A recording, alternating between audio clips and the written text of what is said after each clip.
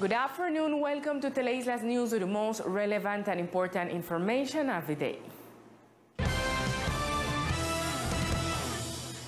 Through Resolution 611 of 2022, issued yesterday, August 17, 2022, there is provision that precautionary and preventive principles in favor of animals and people, the feeding and/or baiting and handling of marine species such as fish, sharks, and rays are prohibited throughout the jurisdiction of the archipelago.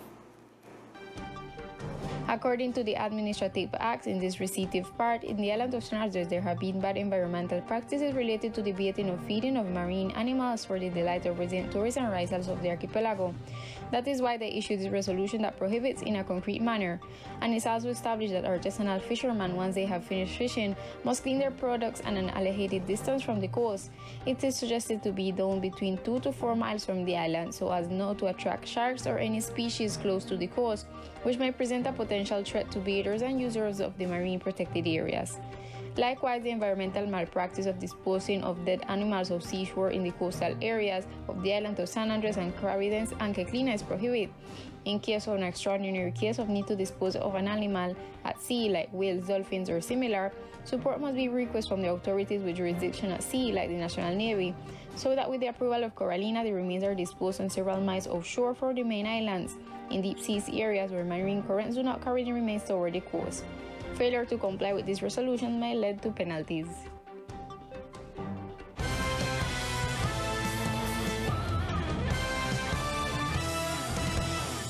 From early in the morning, Ombudsman's office workers staged a sit-in outside the headquarters due to the condition of the institution's infrastructure.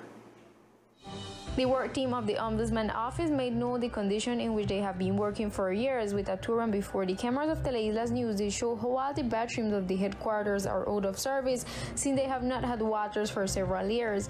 In addition, there is a still strong problem of humidity, and all the equipment such as air conditioners, printers, and even computers are damaged. We are here this morning. We have a situation like 5 years ago. We have situation coming up. Every day we have a different situation. We start out here with like a thing with the bathroom, the service. We don't have no service.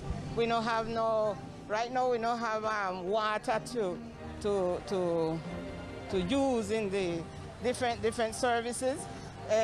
We have a lot of bathrooms here. We have almost like 5 bathrooms, but we can't use them because we don't have no water. Why we don't have no water here? The tank them that we have, the tank, the bus, we don't have no, it have like leaks, so whenever you fill the water come out.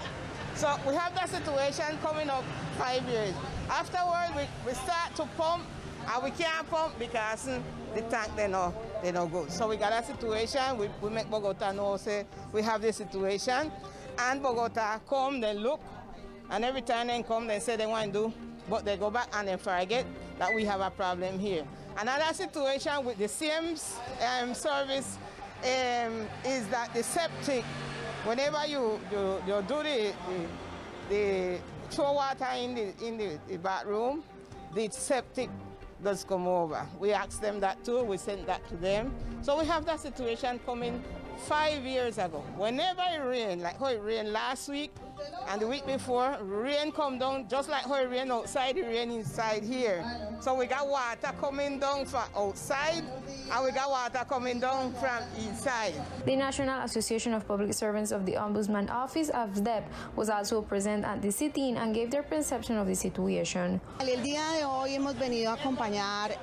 Today we have come to accompany this sit-in that the colleagues of the Ombudsman's Office are carrying out.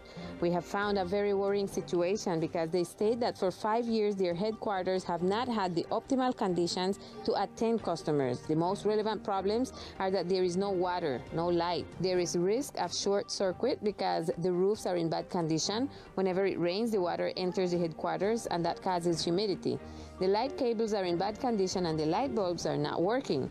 The humidity has caused the walls to be in bad condition and had made several workers sick, and several have had to wear masks permanently. Workers stated that the problem comes from the central level and that for years they have been told that the headquarters will be renovated, but this has not been possible. They asked for guarantees to be able to continue providing adequate service to the community. And Congresswoman Elizabeth J. Pan speaks on behalf of the Raizal ethnic people on the islands. This morning before the Afro Commission, she exposed some of the most felt needs in the island territory. Through her social networks, the representative of the islands to the Congress, Elizabeth J. Pan, announced that on behalf of the community, she exposed in the Afro-Colombian Commission some of the most felt needs in our territory. We really have to thank God and thank Him because I see that we have many challenges in this new period that we are dealing with. Yes, we made a lot of progress in the last term, but I believe that now we have a great challenge. We also have many more women working. We have many more young people working, accompanying us. So the challenge for us is quite big, and we need, as you say, to be united. We see that, as our colleague said, all political colors are left out. Now we are going to work united and without resentment. We have to work with our ethnic groups. There are many difficulties in this Colombia, this deep Colombia, distant Colombia, as I call it. In the same publication, she stated that it is a great challenge to be able to unite all the ethnic groups of the Caribbean. From the Commission and in the company of the National Democratic Institute for International Affairs in this and all their effort to achieve common goals. In recent days, President Gustavo Petro appointed Marta Lucía Zamora as the new director of the National Agency of Legal Defense of the state. Marta Lucía Zamora was appointed as the director of the National Agency of Legal Defense of the state. It is to be noted that she was part of the Justice Junction and has been close to the current president on this issue. President Gustavo Petro appointed her. The former Attorney General will now be in charge of directing the legal representation of the state in the litigation against it in the country. Zamora becomes the second person who held the position of Secretary General of the district during Gustavo Petro's mayoralty to be appointed after the appointment of the current Minister of Environment, Susana Muhammad. Zamora will have, among other priority issues, to be in charge of the litigation between Colombia and Nicaragua over the waters of San Andres, Old Providence, and Santa Catalina.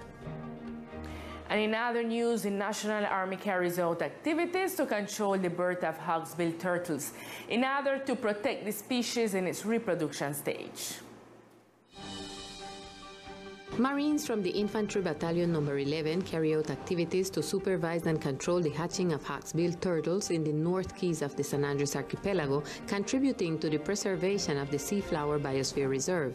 A través de los puestos navales avanzados que through the advanced control posts that are distributed in the Serranía, Serrana, Roncador, Albuquerque, and Bolivar Keys, we have a system of monitoring by our Marines of this very important and significant environmental work of the hawksbill turtles on the beaches of these islands, such as the activity of hatching of these turtles to initiate a new generation of this species. The protection of this species is important. This is what the commander of the battalion said. La importancia de proteger esta especie es seguir conservando. The importance of this species is to be able to continue talking about the marine biosphere of these important islands that maintains the balance of the species. 335 hawksbill turtles hatched and were accompanied to reach the sea.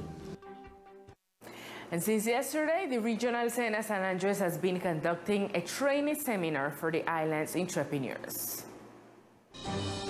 From August 17 to 19, the National Learning Service Regional San Andres will develop a seminar aimed to entrepreneurs who want to apply for the Future Cause of Entrepreneurship Fund program offered by the entity.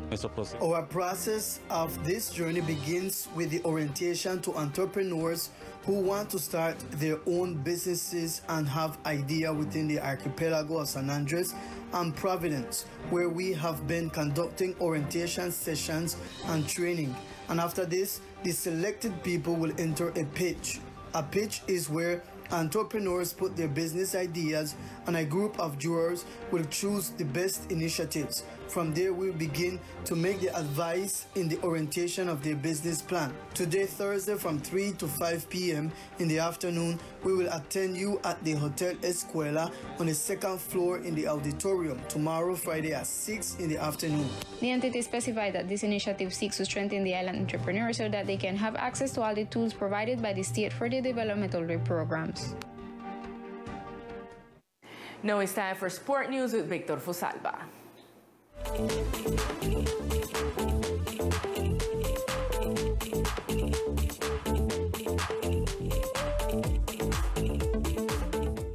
Hello, here are the best sports of the islands. Another title for the island handball team who played a great role in the Bogota tournament. Once again, the Islanders were there fulfilling their goal of becoming national champions in the National Handball Tournament held in Bogota. Under the guidance of teacher Jonathan Rubio, the players have been preparing with great dedication, discipline, and perseverance, demonstrating in each national tournament why they are the best and the current champions in this sport. We spoke with coach Jonathan Rubio, who expressed it this way. First of all, we thank God for this achievement. We fulfilled our first objective, which was to be national champions. We had been preparing well. Thanks also to the support of the government. We dedicate this victory to the people of San Andres and all Providence, who have always believed in us. Handball never lets them down. I give thanks to all in San Andres, Providence, and the people. They all the time believe in we. We give thanks to the government that will support, and we'll see the future what we do. When we train, have good motivation, and have support, we bring come champ to you. Thank you for everything. Great representation of the selected Islander handball team that once again stands out by raising the colors of the flags of the Insular Department. And in another scenario, with the framework of Feria de las Flores, San Andres, with its bouquet of veterans who left a mark in the fair with their veterans basketball. With the participation of several international countries, including Venezuela, Puerto Rico, the United States, and Arrieros of Antioquia, the Old Guard veterans demonstrated that there is still quality in the sport of basketball. The selected Islanders were represented by basketball icons such as Randy Stevens, Marcos Mueller, Mongo Sinclair, William Newball, Harold Moe, Nestor Barker, Fidel Howard, and Alberto Bandera, among others. The Arrieros of Antioquia were represented by Colombian basketball icons such as Juancho Perena, Humberto Correa Acevedo, other Colombian basketball references such as Elkin Valencia, Ivan Valdez, and many other players who prove that there is still talent in veterans basketball. This is how Alirio Renteria summed up it. En el Maxi 40, ahorita en la ciudad de Medellín, representando. I was in the Maxi basketball tournament in the city of Medellin representing San Andres with the Black Panther team, where we've played with a very united and cohesive group. We were facing international teams like Venezuela, Puerto Rico, the United States, and national teams like Valle, Antioquia, Risaralda. Those were the teams that we faced on the road and to which we gave a basketball lesson with a homogeneous group. The idea is to continue to maintain this group for the next tournaments because of the skill and the good representation and demonstration of basketball that we gave in Medellin. We have many invitations coming soon, and the idea is that the team can continue to go to these Maxi basketball tournaments. Time does not make you forget that the ball must go through the net.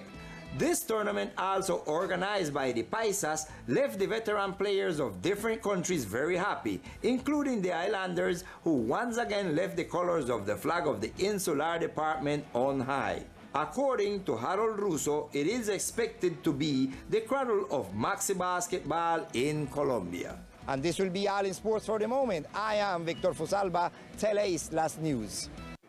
Thank you, Victor. With sport news, we've reached to the end of our broadcast. See you tonight at 8 p.m. with more Teleislas News. Good afternoon.